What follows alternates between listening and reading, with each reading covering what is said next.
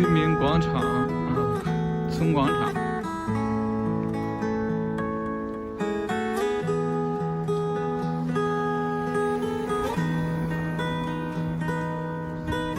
我们看一下这个旗，它可不是白线，它里边是这一下子就把人给当个半死。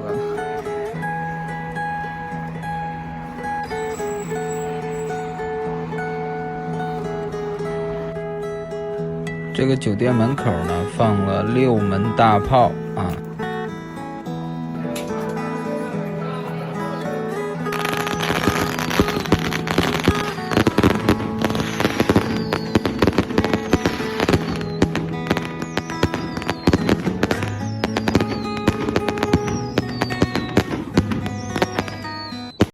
离开北京，开启我的环游中国之旅。大家好，我是小张。现在呢，我已经收拾好了行李。明天呢，我们坐高铁从北京始发，坐12个小时的高铁，然后呢，应该大约是1300多公里啊，到达福建省的平潭岛。平潭岛是全国第5大还是第6大岛吧？这个比台湾岛小一些。台湾岛呢，跟这个平潭岛离得还非常近。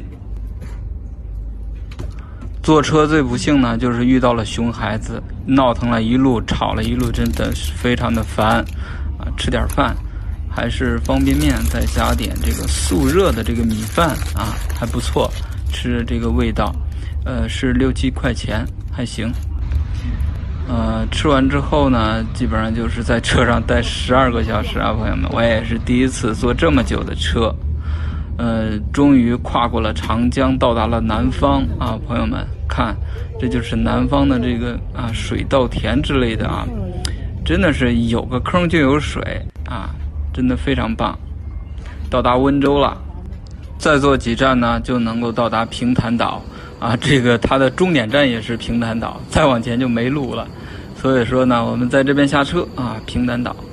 这一路上啊，由于拿的行李特别多啊，真的是累个半死。下次出行绝对不能拿太多的行李了，宁可邮寄也不要自己背着，太沉了，朋友们。OK， 我们到了之后呢，这个阿宝船长呢就来接我们了。我在平潭岛住宿吃饭都是不用花钱的，为什么呢？我们明天聊。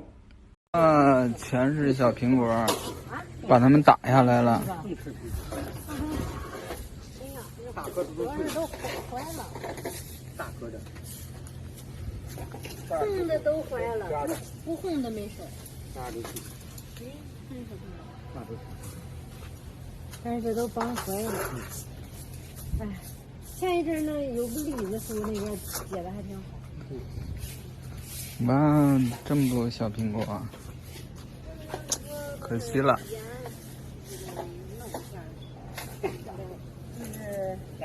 那不有栗子什么的可以腌吗？栗子熟了，可别啃。栗子熟了。那18号这边栗子熟了。吃来一口，酸。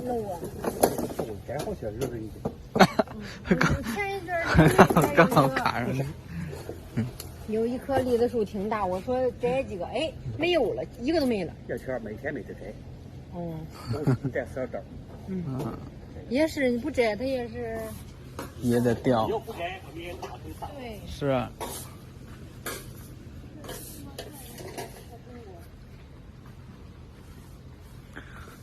苹果还没熟呢，都打了。那咱去那边去摘那小苹果去。去石梯角，那个红色的。走吧。摘几个红色的。我靠，看那2只蚊子，吸我的血呢。我要在这一脚把你踹下去怎么办？你快点儿。走了。你那一只脚不行。喂猫，跟猫粮。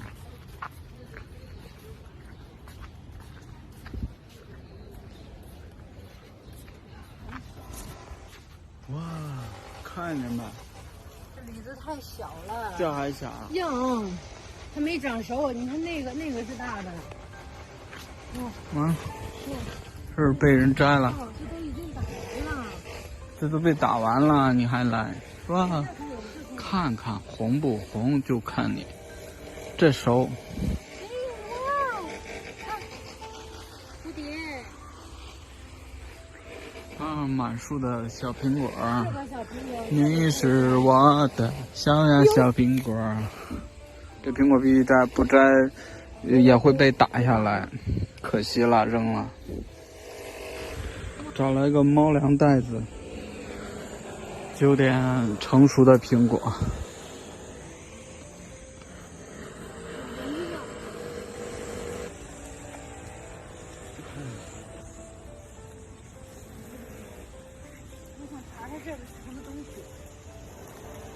百度一拍就出来了，百度有这个功能。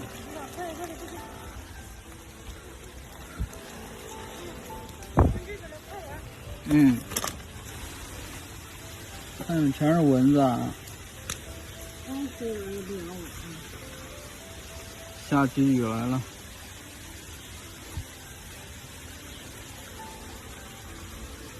妈呀，这个不是虫子，这只是这个什么？对，植物覆盖了吧这儿，这下边完全没有雨，真好。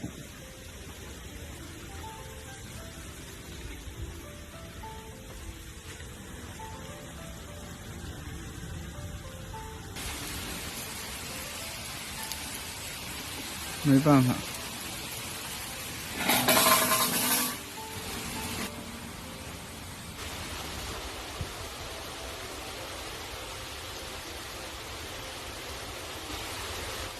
这梁上面还少一点，如果要大的话，肯定就大了。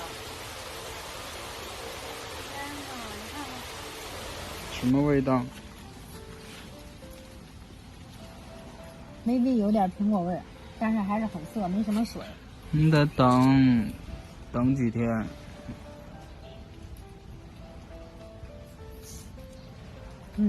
这苹果再过2年肯定能吃，得修整修整。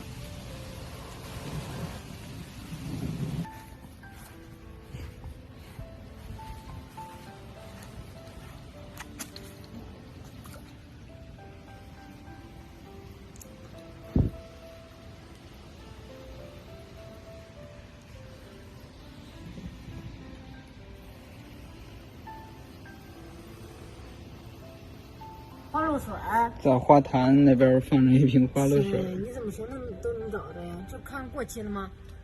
百分百没过期啊，过期可以喷一有效期2年。我的脚，我的腿快咬死了。肯定没过期，看一下，就在那花坛那儿找到的。这估计是他们老在这儿。对，放那。对。